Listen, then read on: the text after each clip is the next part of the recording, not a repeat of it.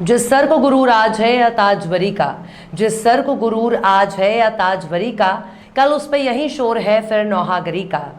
सलाम, नमस्ते, सत श्री अकाल। मैं हूं आपके साथ हर्षिता मिश्रा और आप देख रहे हैं टाइम्स मेल। एक बड़ी पुरानी कहावत है, हाथी के दांत खाने के कुछ और, दिखाने के कुछ और होते हैं। यानी हाथी के जिन लंबे लंबे दांत को आप देखते हैं वो सिर्फ दिखाने के लिए होते हैं, जबकि खाने के लिए दांत अलग होते हैं जो दिखाई नहीं देते। कुछ ऐसा ही हाल हमारे देश में हो रहा है। हमारे देश में लोकतंत्र कायम है, हमारे देश का अपना संविधान है, हमारे देश में हर नागरिक को संवैधानिक अधिकार हासिल है, हमारे देश में हर नागरिक एक बराबर है। लेकिन जब संविधान की शपथ लेकर और संविधान को बनाए रखने की कसम खाने वाले लोग ही देश के संविधान का पलीता लगाने पर तुल जाएं, तो कई बार सवाल उठता है कि हमारा देश आखिर किस राह पर चल रहा है। संविधान की शपथ लेने वाले जब धर्म के आधार पर आग उगलने लगे, जब संविधान की कसम खाने वाले लोग धर्म के आधार पर हिंदू राष्ट्र बनाने की बात करते हैं, तब सवाल उठता है जो लोग कसम खाने के बाद भी संविधान के प्रति वफादार नहीं हैं, वो देश क्या चलाएंगे। जब देश चलाने वाले ही मंदिरों में पूजा करने के लिए बैठ जाएं, तो उनकी धर्मनिरपेक्षता पर सवाल क्यों ना उठाया जाए। धर्म हर शख्स का अपना निजी मामला होता है। कोई भी नेता अगर पूजा पाठ करते वक्त पूरे देश को दिखाई देता है, तो सवाल है कि आप अपनी इबादत या फिर पूजा आराधना का नुमाइश करने की क्या ज़रूरत है। दरअसल यही से शुरू होती है धर्म की सियासत। लेकिन इन सब में सत्ताधारी दल की एक अहम भूमिका होती है। जब खुद को महान और दूसरों को धर्म के आधार पर बुरा ठहराने की कोशिश होती है, तब आवाम के उन मुद्दों को धर्म की आड़ में कुचल दिया जाता है जिसे पूरा करने के लिए उसे कुर्सी पर बैठाया गया था। लेकिन कुर्सी से चिपकने के बाद इन नेताओं के लिए कुर्सी ही देश और कुर्सी ही इनकी पूजा। लेकिन इन सब में एक चीज बहुत ही कॉमन है, धर्म के जख्मों को कुरेदने का काम होता है। इस देश में आजादी का विरोध करने वालों में आरएसएस का नाम बार बार सुनने को मिल जाता है, जो इतिहास में अंग्रेजों से आजादी के विरोध में शामिल रह चुका है। संघ भारत को धर्म निरपेक्ष देश के तौर पर कबूल नहीं करता है। लंबे समय तक संघ ने भारत के राष्ट्रीय परचम तिरंगे का विरोध किया। इसी संगठन का सियासी विंग भाजपा है। इससे पहले इसे जनसंघ के नाम से जाना जाता था, लेकिन बाबरी मस्जिद और राम जन्मभूमि विवाद से खुद की पहचान बनाने वाली भाजपा ही इस वक्त देश की सरकार चला रही है। मौजूदा हालात में जिस तरह से रोटी, कपड़ा, रोजगार, शिक्षा के मुद्दे पर मोदी सरकार कन्नी काट रही है, मोदी सरकार जनता के ध्यान को मूल मुद्दों से भटकाकर धार्मिक मुद्दों की तरफ ले जा रही है। जनता का ध्यान मुद्दों से हटाने के लिए एक बहुत बड़ी मशीनरी काम कर रही है। इसके लिए एक एक आदमी तक पहुंचने के लिए सोशल मीडिया और न्यूज़ चैनलों का सहारा लिया जा रहा है। हिंदू मुस्लिम के मुद्दों को भड़काने के लिए मस्जिद और मंदिर के मुद्दों को उठाया जा रहा है, ताकि लोग रोटी से ज़्यादा मंदिर और मस्जिद की चिंता करें। बीजेपी और हिंदूवादी संगठन के नेताओं से जरिए सुनियोजित बयान दिए जा रहे हैं, ताकि एक समुदाय को उसके कमज़ोर होने का एहसास कराया जा सके। हालिया कुछ महीनों के दौरान आपने देखा ही होगा कि किस तरह से कर्नाटक से लेकर पूरे देश में हिजाब को एक मुद्दा बनाकर मुस्लिमों को निशाना बनाया गया। इसके बाद धार्मिक रैलियों और जुलूस पर पत्थरबाजी का इल्जाम लगाकर मुस्लिम समुदाय के घरों को बुलडोजर चलाया गया।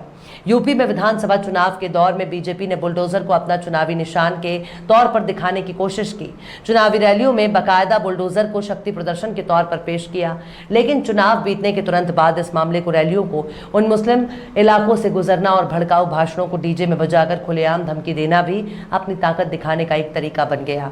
पुलिस की मौजूदगी में भड़काऊ नारे, मस्जिदों पर भगवा झंडे लगाना और नुकसान पहुंचाना, ये सब अपने आप नहीं हो रहा। इन घटनाओं के बाद हर मस्जिद को मंदिर बताने की शुरुआत होने लगती है।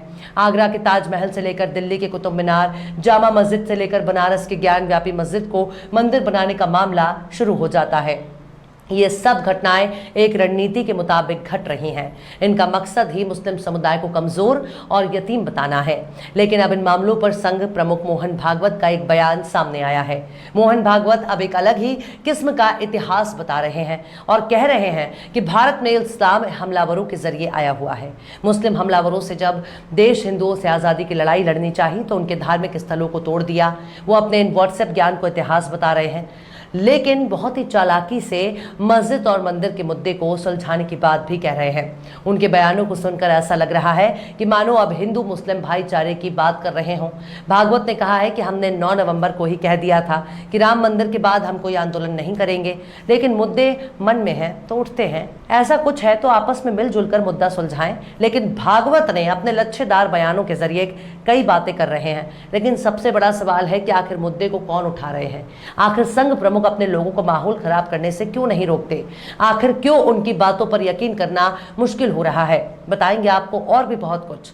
लेकिन आप अगर हमारे चैनल पर नए हैं और पहली बार हमारी वीडियो को देख रहे हैं तो आप हमारे चैनल टाइम्स मेल को सब्सक्राइब कर लें, वीडियो को लाइक कर दें और बेल आइकन का नोटिफिकेशन बटन भी प्रेस कर दें, ताकि बिना देरी हमारी हर खबर आपको मिलती रहे। लौटते हैं अब खबर की तरफ। आरएसएस चीफ मोहन भागवत ने नागपुर में आयोजित संघ के एक कार्यक्रम में बोलते हुए कहा कि इतिहास हम बदल नहीं सकते। ज्ञान व्यापी का मुद्दा चल रहा है, वो एक इतिहास है जिसे हम बदल नहीं सकते। इसे ना आज के हिंदुओं ने बनाया और ना ही आज के मुसलमानों ने, ये उस समय घटा। भागवत ने कहा कि इस्लाम हमलावरों के जरिए बाहर से आया था। उन हमलों में भारत की आज़ादी चाहने वालों का मनोबल गिराने के लिए देवस्थानों को तोड़ा गया। हिंदू समाज का ध्यान जिन पर है, विशेष श्रद्धा जिन पर है, उसके बारे में मामले उठते हैं, लेकिन हिंदू मुसलमानों के विरुद्ध नहीं सोचता है। आज के मुसलमानों के उस समय पूर्वज भी हिंदू थे, उन सबको स्वतंत्रता से चिरकाल तक वंचित रखने के लिए, उनका मनोधैर्य दबाने के लिए ऐसा किया गया। इसलिए हिंदुओं को लगता है कि इन्हें धार्मिक स्थलों को पुनर्स्थापित किया जाना चाहिए। यानी भागवत साहब इतिहास की बात करते हैं, लेकिन उनका इतिहास नागपुर से बाहर नहीं निकलता। उनके इतिहास के मुताबिक इस्लाम हमलावरों के जरिए भारत, जबकि केरल में सबसे पहले मुस्लिम का आगमन है। कई 100 बरस के बाद भारत में मुस्लिम सुल्तानों का आना शुरू हुआ और मुस्लिम सुल्तानों के आने से कई 100 साल पहले से ही भारत पर अलग अलग देशों से हमलावर आते हैं, जिनका इस्लाम से कोई ताल्लुक नहीं था। अगर भागवत के भाषणों पर गौर किया जाए तो इस भागवत ने मंदिर मस्जिद के मुद्दे पर बोलते हुए कहा कि आपस में मिल बैठकर सहमति से कोई रास्ता निकालिए, लेकिन हर बार नहीं निकल सकता। इसमें कोर्ट में जाते हैं तो फिर कोर्ट जो निर्णय देगा उसको मानना चाहिए। अपनी संविधान समस्त न्याय व्यवस्था को सर्वश्रेष्ठ मानकर उसके फैसले मानना चाहिए, उनके निर्णयों पर प्रश्न चिन्ह नहीं लगाना चाहिए। भागवत कहते हैं कि रोज रोज एक नया मुद्दा नहीं निकालना चाहिए। ठीक है कि ऐसे कुछ प्रतीकात्मक स्थानों के बारे में हमारी कुछ विशेष श्रद्धा थी, लेकिन रोज एक नया मामला निकालना ये भी नहीं करना चाहिए। हमको झगड़ा क्यों बढ़ाना है? ज्ञान व्यापी के बारे में हमारी कुछ श्रद्धाएं हैं, परंपरा से चलती आई हैं, हम कर रहे हैं, ठीक है, लेकिन हर मस्जिद में शिवलिंग क्यों देखना? वो भी एक पूजा है, ठीक है, बाहर से आई है, लेकिन जिन्होंने अपनाई है वो मुसलमान, वो बाहर से संबंध नहीं रखते, ये उनको भी समझना चाहिए। फिर भी पूजा उनकी उधर की है, उसमें वो रहना चाहते हैं तो अच्छी बात है। हमारे यहाँ किसी भी पूजा का विरोध नहीं है, सबकी मान्यता और सबके प्रति पवित्रता की भावना है, लेकिन हम समान पूर्वजों के वंशज हैं, परंपरा हमको समान मिली है। यानी मोहन भागवत समझाने का प्रयास कर रहे हैं कि जो हिंदूवादी संगठन हर मस्जिद में शिवलिंग की तलाश कर रहे हैं वो गलत है। यानी मोहन भागवत हिंदू मुस्लिम भाईचारे की बात कर रहे हैं, मुसलमानों और हिंदुओं को एक पूर्वज होने की बात करते हैं। यानी भारत के मुसलमानों को हिंदुओं से डरने की कोई जरूरत नहीं है और हिंदुओं को भी मुसलमानों से डरने की कोई जरूरत नहीं है। यानी जब हिंदू और मुस्लिम दोनों एक ही पूर्वज की संतानें हैं तो फिर भारत को हिंदू राष्ट्र बनाने की राग बार बार मोहन भागवत क्यों उठाते रहते हैं? बेशक हिंदू और मुसलमान भाई भाई है, तो फिर मोहन भागवत और उसका संगठन बार बार मुस्लिमों की आबादी बढ़ने का एक फर्जी मुद्दा क्यों उठाते हैं? बार बार हिंदुओं के मन में मुसलमानों के खिलाफ जहर घोलने का काम संघ क्यों कर रहा है? मोहन भागवत ने अपने भाषण में राम मंदिर का भी जिक्र किया है। उन्होंने कहा कि एक राम जन्मभूमि का आंदोलन था जिसमें हम अपनी प्रकृति के विरुद्ध किसी ऐतिहासिक कारण से उस समय सम्मिलित हुए। हमने उस काम को पूरा किया, अब हमको कोई आंदोलन करना नहीं है, लेकिन अब भविष्य में संघ किसी मंदिर आंदोलन में नहीं शामिल होने वाला है। यानी मोहन भागवत मथुरा, ईदगाह और बनारस में ज्ञान व्यापी मस्जिद के मुद्दे संघ को अलग करने की कोशिश करते हुए नजर आ रहे हैं। शायद मोहन भागवत ये बताने की कोशिश कर रहे हैं कि इस बार अगर किसी घटनाक्रम में बाबरी मस्जिद की तरह कोई मस्जिद तोड़ा जाता है तो उसमें संघ का कोई हाथ नहीं रहेगा। यानी मोहन भागवत एक तरफ भाईचारे की बात करते हैं, वहीं दूसरी तरफ उनका इशारा मुस्लिमों को वापस हिंदू धर्म में लाने का एक इशारा भी दे रहे हैं। मंदिर मस्जिद के मुद्दे को बातचीत से हल करने की बात भी करते हैं और इस्लाम को आक्रमणकारियों का मजहब करार दे रहे हैं। आक्रमणकारियों के जरिए इस्लाम के भारत आने की बात कहकर मोहन भागवत ने इस्लाम के प्रति नफरत को उजागर कर दिया। हालांकि उनके बयान हमेशा एक जैसे नहीं होते, मौके के हिसाब से उनके बदलते रहते हैं, लेकिन वक्त वक्त पर उनके बयान दोहराए भी जाते हैं।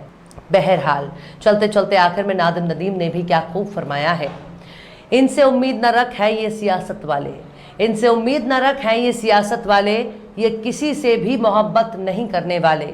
फिलहाल इस वीडियो में बस इतना ही। ये वीडियो आपको कैसा लगा कमेंट बॉक्स में आप जरूर बताइएगा। वीडियो पसंद आए तो लाइक करें, हमारे वीडियो लिंक को फेसबुक, ट्विटर, व्हाट्सएप पर अपने रिश्तेदार, यार, दोस्तों को भी शेयर करें और बेबाक, निष्पक्ष, स्वतंत्र पत्रकारिता को सपोर्ट करने के लिए आप हमारे यूट्यूब चैनल टाइम्स मेल को जरूर सब्सक्राइब करें और हाँ, बेल आइकन की घंटी वाली बटन भी आप जरूर दबा दें ताकि आपको हमारे आने वाले नए वीडियो की नोटिफिकेशन फौरन ही मिल जाए। फिर मिलते हैं किसी और वीडियो में एक नई खबर के साथ। हर्षिता मिश्रा को दीजिए इजाजत। जय हिंद। तो देख लिया आपने हमारे इस वीडियो को। हमें उम्मीद है कि आपने हमारे वीडियो को लाइक किया होगा और दूसरों को भी शेयर किया होगा।